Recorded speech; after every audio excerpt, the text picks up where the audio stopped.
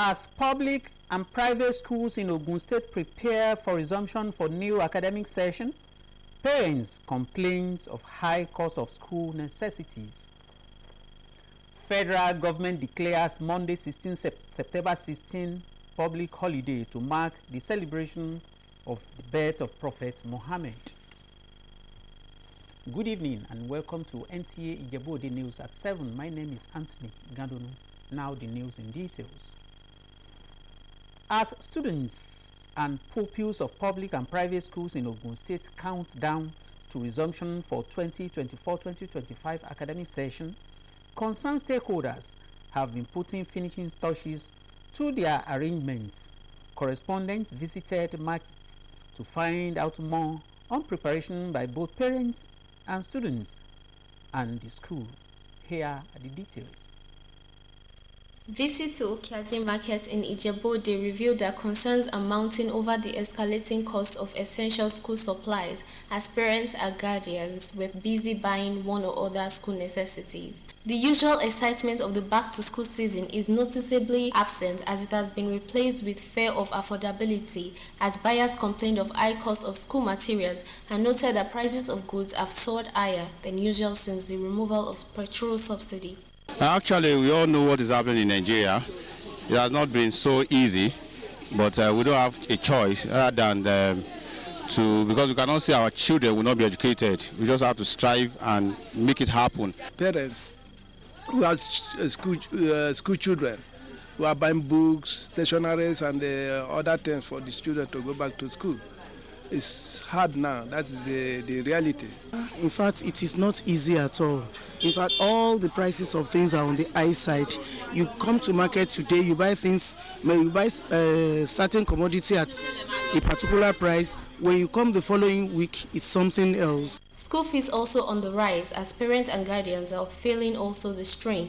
The remaining one, God has already done it. So for the left for our leaders to do the needful so that things will be softer for the masses. People that are supposed to buy textbook, big notes, 2 packs, 3 packs, they will buy 3, just 3 pieces, 6 pieces, a pack, and they have 5 children, and they are saying that no money. School administrator who assures parents of their readiness to receive their children back to school urged them to prioritize their children's education by paying their school fees on time. The teachers are already they've already started their preparation by writing the lesson notes and the lesson plan they are actually going to teach them next week.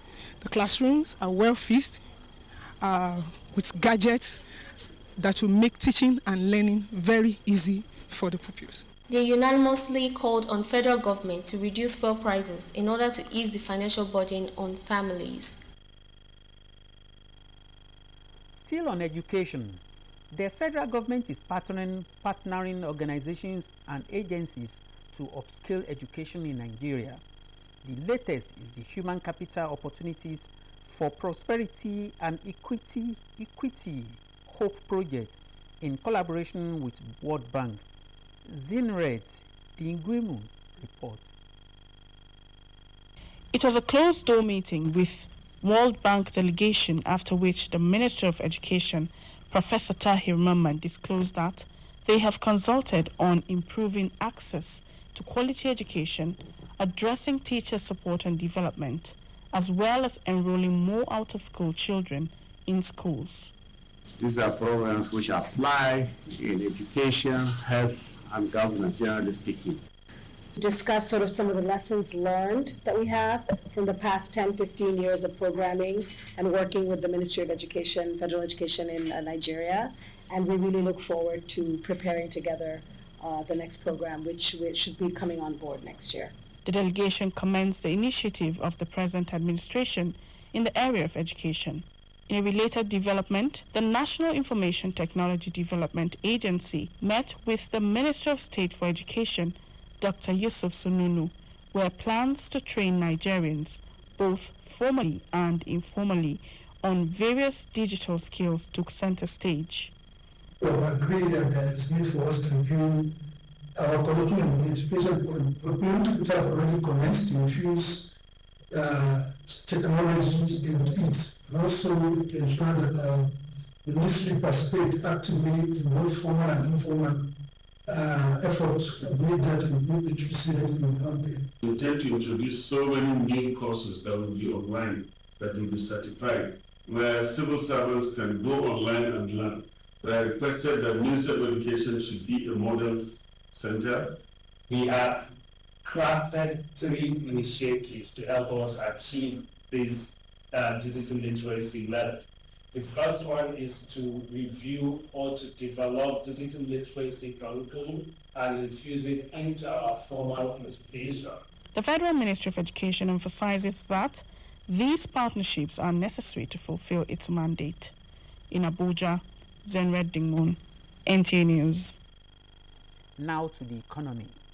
Vice President Kashim Shettima reiterating the Tinubu's administration's resolve to revolutionize Nigeria's digital economy, saying it is on course and fully backed by the necessary supports. The Vice President gave the assurance when he received the management of Odua Investment Company Limited, led by its chairman Bimbo Ashiru, at the Presidential Villa in Abuja. State House correspondent Abdurrahman Jubrila reports. The meeting started with commendations for the company for its initiative and investment in agriculture, digital economy, and micro, small, and medium enterprises. And the federal government will continue to open its doors to all willing partners and stakeholders who continue to believe and invest in the Nigeria project. Vice President Kashim Shettima noted that these sectors remain critical to Nigeria's economic development and future, adding that it is just a matter of time before the nation takes its rightful position across the globe. He gave assurance of checkmating all economic manipulators as the government is on course to economic recovery. Chairman of the company thanked the federal government for the opportunity provided in promoting ease of doing business in Nigeria. Like the example the national government gave about a pregnant woman, so that they carry the pregnancy for 9 months. They go through the process, but after having the child, everything is okay. And that is how I'm going to situate the Nigerian problem. That's a temporary pain that we need to try to endure. And once we endure that, it's a matter of time. Things will get better.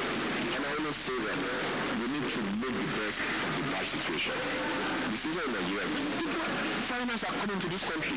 So there's something in this country that they are saying that maybe we Nigerians are not saying.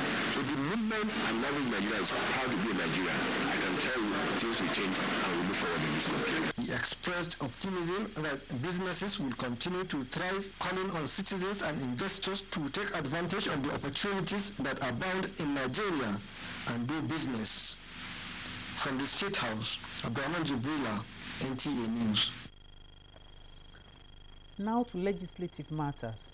The House of Representatives has asked the National Pension Commission to sensitize prospective pensioners on accrued rights and procedures as a way to address delays in assessing pension benefits when they retire. This was during an investigative hearing by the House Committee on Pensions. National Assembly correspondent Isa Mohammed reports.